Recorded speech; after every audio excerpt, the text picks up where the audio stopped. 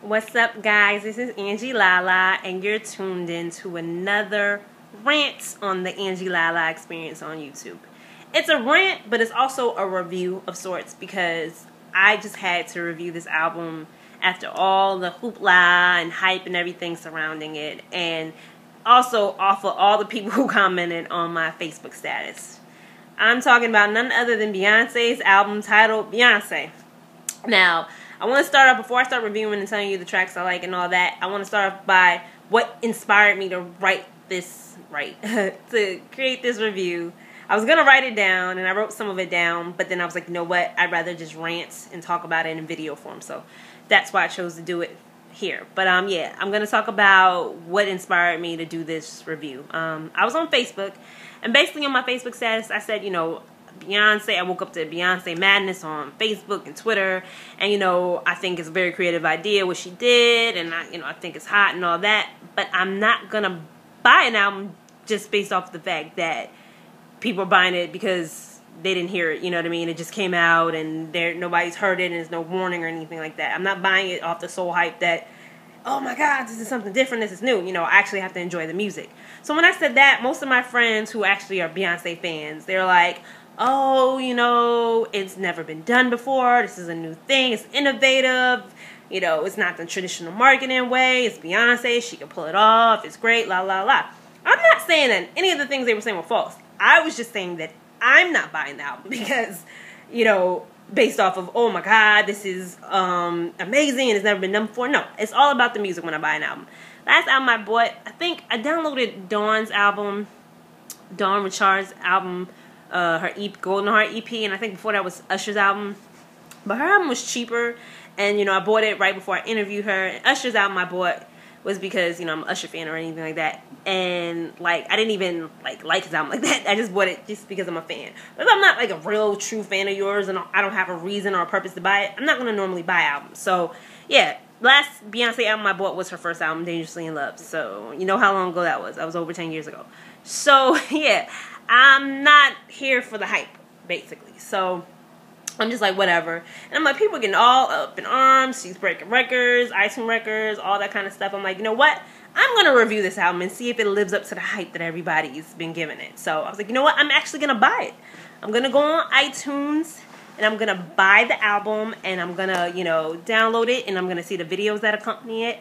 And, I'm going to review it because I got to see if it lives up to it. So I want to show y'all, I actually bought the album. About to go to purchased. I don't know if you can see it here, but it says there's purchase right there. Tap on purchase. You see it's a whole bunch of Beyonce songs. You see Pretty Hurts, Haunted, Drunk in Love, Blow, No Angel, Partition, Jealous, Rocket. I bought the album and all the videos that came with it. So, I was like, I'm going to actually review it. So it took me actually last night and this morning to actually listen to all the songs and then watch the videos for it. Because that's what I did first. I listened to the songs first, and then I wanted to see if the videos could match the vibe and the feel of the songs. So that's what I did. And I'm not going to go through every single song because last time I tried to do that, it went over 20 minutes. But I'm just going to talk about a few of the highlights of this album and what I liked about it. And I'm going to tell you, what I rated it. So, yeah. So, the first song that actually stood out to me was Partition because I saw the video for it, the whole video, before I even downloaded the album, and I loved it. So then when I listened to after I bought the album and actually listened to it, I was like, oh my God, this song is so raunchy and reckless, and I love it. It's so crazy. And she's talking about Monica Lewinsky'd all on my dress and all that kind of stuff. I was just like, what? It just, Monica Lewinsky all over my blouse, sorry. Take me back to the house. Yeah. And I was just like, what? I was just like, this is crazy. But my part is when she says, take all of me, I just want to be the girl you like. I'm like, oh, this was sexy, the way she said it. And then I like the little dancing part she put into it. And then at the end when the leopard spots were on in the video, the video and the song matched perfectly. And I just loved it. And then the title's creative, the partition, because most people are like, okay, the partition is something that separates two things from each other or whatever. But she's talking about the partition in a limousine or some type of luxury car, and I'm just like, oh, this is crazy. Drive or roll up the partition, please. He didn't want. I don't want him to see Beyonce on his knees. I was just like, oh my god, this is crazy. And I just thought it was real sexy and raunchy and crazy. And I just loved the vibe of it. So Partition's like my favorite song. Second favorite song after that is Rocket. Rocket is really, it's sultry and it's sexy, and I love the vibe. The beat of it is like, it gives you back to like that like 70s, 60s, 70s vibe, natural woman type of feel, and it was really, really sensual.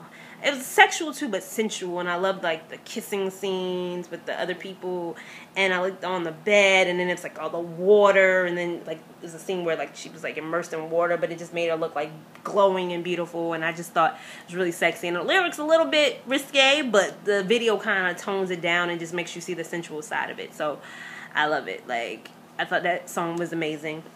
And then another song that I feel like right below Rocket is XO. And I like the thing that she did in the video, because it was the video shot at Coney Island. She was like, your love is like XO. And it was like she kept doing it, your love is like XO. And then I'm like, okay, this is something that all the fans can do at the concert now. I thought that was really creative.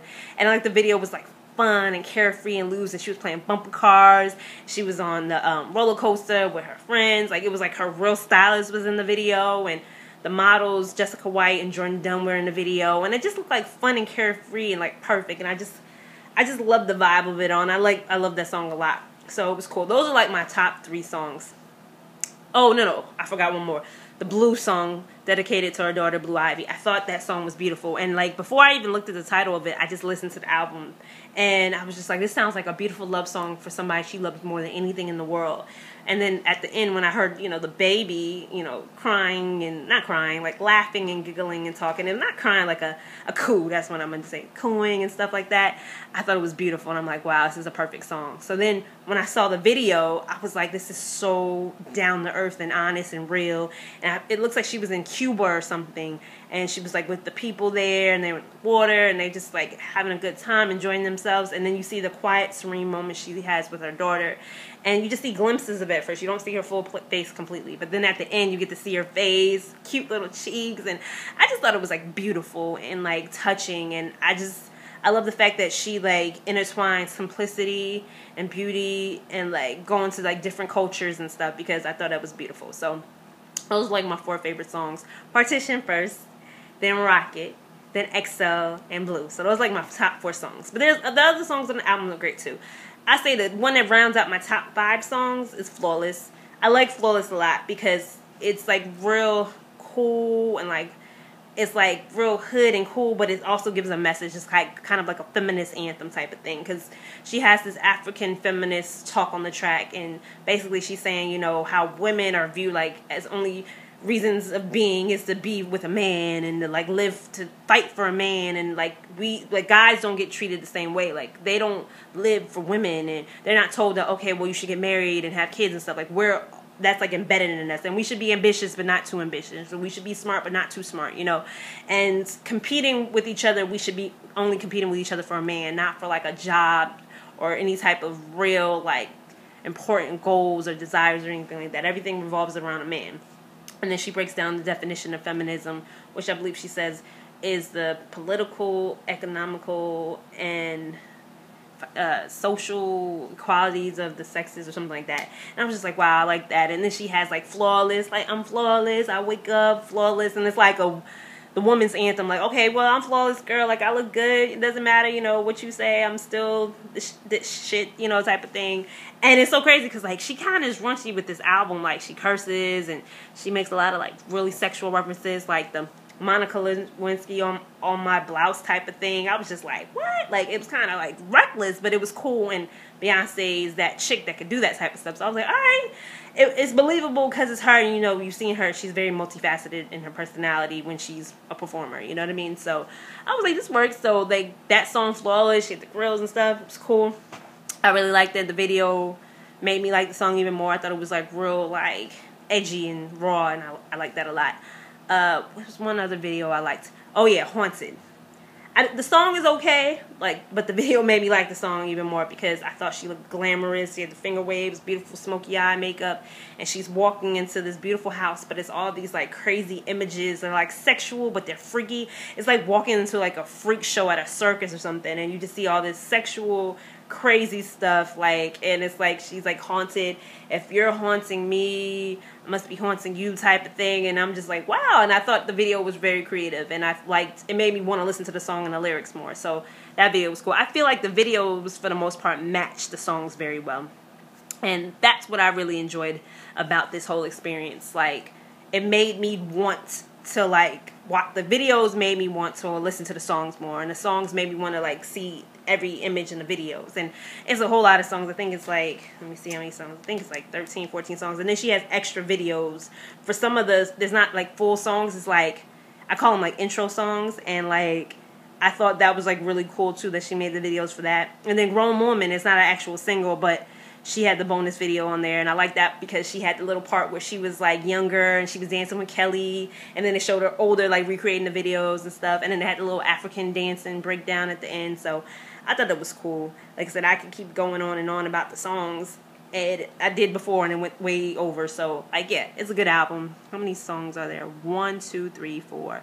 5, 6, 7, 8, 9, 10, 11, 12, 13, 14. 14 songs. And they're really good. So, like, I would give the album out of a scale from 1 to 10. I said, like, a 9. Like, I really, really enjoy this album a lot. I think it's really good. It's, like, a solid A-. And I feel like listening to it more and more, it'll probably be an A. Like, because it was really good. And I think it was worth my $15.99, so I don't regret paying for it. But at the same time, I didn't buy it off of hype. I actually listened to it and enjoyed the Beyonce experience. So if you decide to buy it, you know, listen to some snippets before. Don't just buy it because, everybody's going crazy for it. You know what I mean? Really, like, respect the artists and their music and give credit where credit's due. And that's what I'm doing now with this review. So let me know what you think in the comments below. And yeah, hit me up on Twitter at Angie Lala, Facebook, The Angie Lala Experience, and of course on the website, theangielalaexperience.com. Much love to you guys, and yeah, talk to you later.